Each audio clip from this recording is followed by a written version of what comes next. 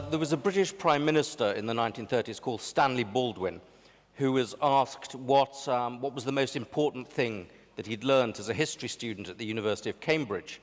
And he said, by far the most important thing I learned was that society starts off simple, and then, as it evolves, it becomes more complicated. And then he paused for a while and said, or was it the other way around? Now, I think there's a general consensus in this room that the first answer was correct. It starts off simple and becomes more complicated. We all seem to be convinced that society is becoming more complicated, but we have different approaches to this growing complexity, and there seems to be, a real polarization between two schools of thought. One school of thought says complexity is really a misnomer. What we're seeing is the development of a network society, and this network society actually might look complicated, but it actually has an inner logic. It's self-regulating, it's self-organizing, and we have to simply accept that, and accept that sort of complexity. It's not really complexity, it's just order in a different way. And the second approach, which was exemplified in Linda's panel yesterday, is that actually this complexity is a problem, it's noise, and what we have to do is turn down the volume. We have to find ways of making this simpler. And I think this tension between these two different approaches, accept and amplify and exploit on the one hand, or turn down the volume on the other hand, is really underlying a lot of what we've been talking about in the public sector. And it underlines a lot of public sector reforms, and Michael, I think, very rightly identified it and said that you have to adjust your policies according to the sort of problems that you're dealing with. If it's building an Olympic thing, you set goals, you have the old management by objectives. If it's a bigger problem of regeneration, you constantly adjust. The trouble, that gives us the best of both worlds. It strikes me that quite often in the public sector, you get the worst of both worlds because people are confused between these two different models. It's very hard to combine them. There seems to be quite a push amongst the people here to embrace the networked approach and to embrace, well, it's complicated. We need to accept that. And it seems to be a producer-driven. People are looking from within government and saying this is what we need to do from within government. I'm not involved in government. I regard government as a horrible, bad thing that intrudes on my life. And what I want from government is two things. I want predictability. Government has to deliver predictable things in predictable ways. If the rules of the traffic system changed every day, that would make the world a lot worse. And I want simplicity. I want everything that's delivered to me to be as comprehensible and simple as possible. And so whether you organize it in a network way or in a command and control way, I don't care. As a consumer, I want things to be simpler. And I think that's a general sense. What we want from government is predictability and simplicity. And I wanted to imitate what Linda said yesterday. I wanted one idea from each of you as a way. I'm stealing. It's called learning, actually, not stealing. I wanted one idea from each of you as a way of making government simpler, because I think from the consumer point of view, the complexity of government is the killer from government. So starting with Finland, which is a simple and transparent society. Not necessarily as simple and transparent as Scotland, but I would really take a kind of an example from Scotland. I mean, my answer to your question would be that we should have a single government which would work as a team with shared objective across the society. That would be very simple. 5 key themes that the government is driving, put the scorecard in place, follow it throughout the society, and one team leading it. That's it. Very simple. So you're going to sell that to Obama? Yes. Ben? I'm actually going to push back a little bit, Adrian. I think there are lots of problems that you can deal with in government through the kinds of predictable, simple problems that you're talking about.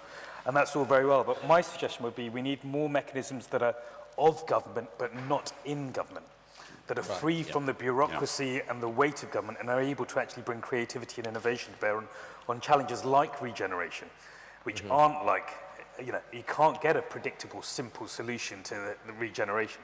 So I'm going to just push back a little bit against you there.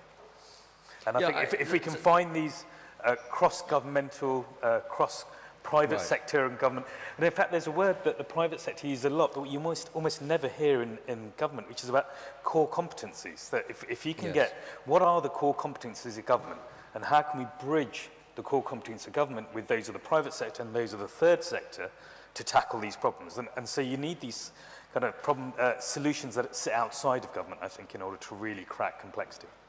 Michael. I'd just make a distinction, perhaps. What's simple for government may actually not be what's simple for its citizens. So I think it's fine if you make something complicated behind the scenes in government, as long as you present it to citizens so that they don't have to jump through various hoops in order to do something. Make it as easy as possible for people. If you're asking someone to do something, make it as easy as possible for them to do it. Yeah.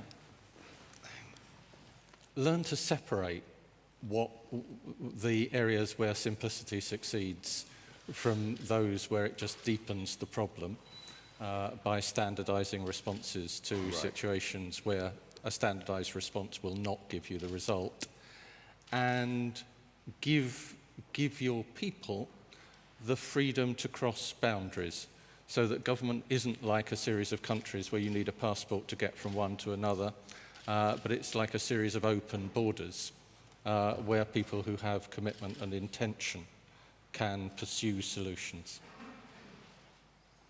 Yves. Well, I think try to achieve as much proximity as can be.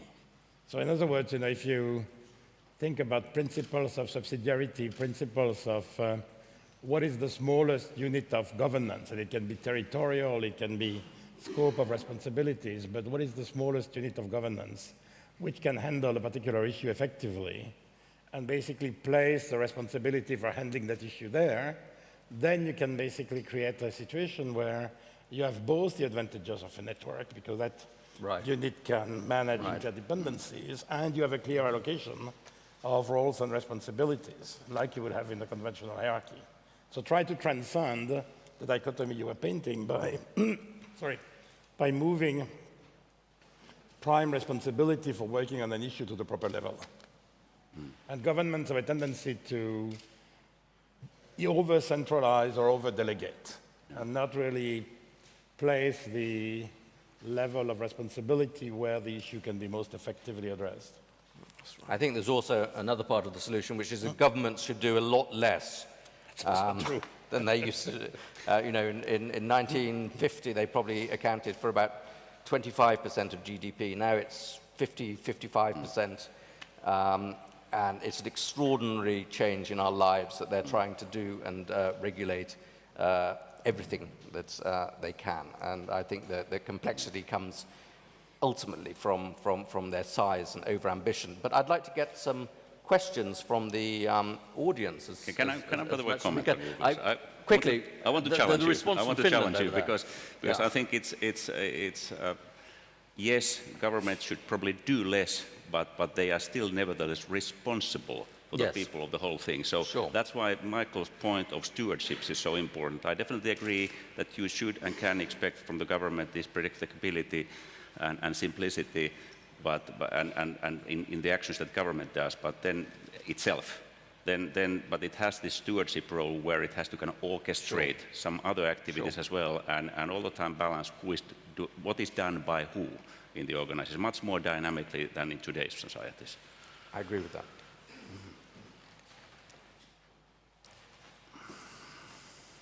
Here, the lady here, in the middle row.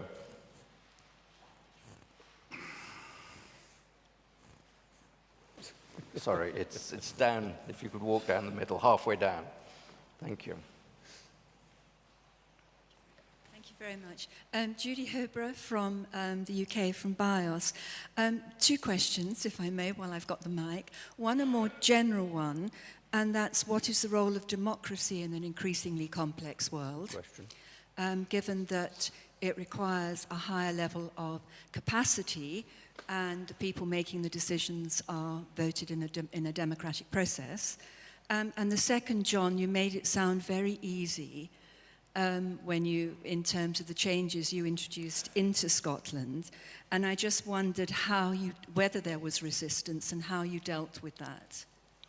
because to have one strategic direction across all ministries must have been quite difficult to achieve.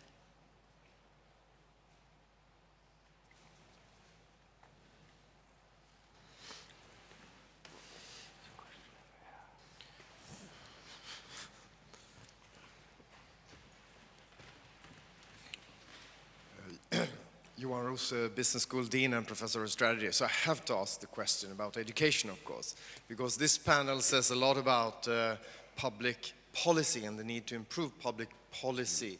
So the question is, how do we improve public policy makers?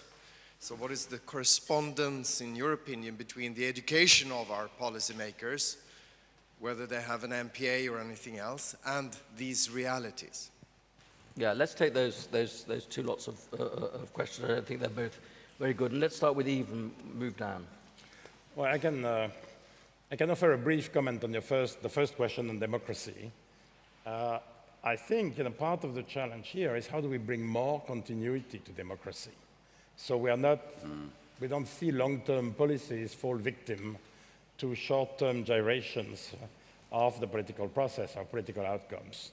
That can be done by more deliberate processes of coalition building in government. Actually, there's a nice example in Finland where all the political parties agreed to what they call the frictionless Finland process, where it's a 10-year plan, basically, to rebuild the ICT industry and make it more useful to Finland, following the difficulties of Nokia.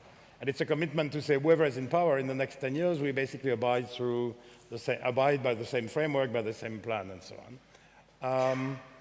The Chinese have a different way. It's not democratic, but it's a process which is relatively long-term and relatively meritocratic. I think you're right in raising the question.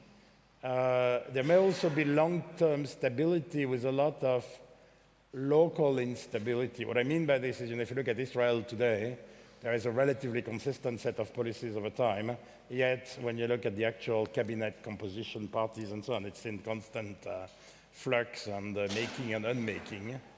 But I think deep down there is a question which is really important here, which is if we don't solve some of those wicked problems in the context of democracy, then we are putting democracy at risk. Yes. And I think that's the fundamental challenge I think that we're all facing.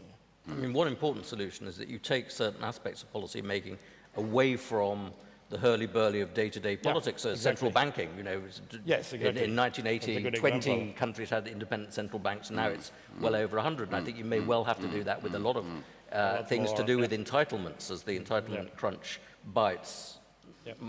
Michael, your view. Or me. Sorry. John.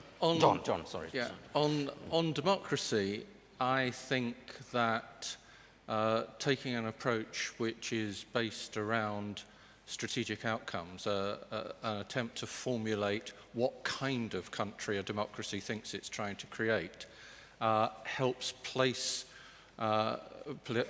democracy in the space where it exercises the most positive force, that it allows it to do the job which it is best adapted to do, rather than have democracy drift towards the more technical dimensions of how you tackle problems, which on the whole, democracy is not as well adapted a mechanism for handling, not least because it's inconsistent with the kind of feedback loops that people have been discussing. On the kind of how did we do it thing, was it easy? In one sense, no. In another sense, yes. See the moment of opportunity coming from far enough away to give yourself space to do something about it. Prepare for it by recruiting and promoting people with an appetite for challenge. Focus the organization rigorously and relentlessly on the nature of the challenge. So there's no wriggling away from what the task is. And as somebody said yesterday, concentrate more on the people who are coming with you. and don't divert too much energy into the people who don't want to be first on the journey, and let the weight of numbers of those who are willing to make the journey do some of the job of embedding change for you. Don't think that this is something that sits constantly on the leader's shoulders, because unless you can hand it over, you haven't really done it.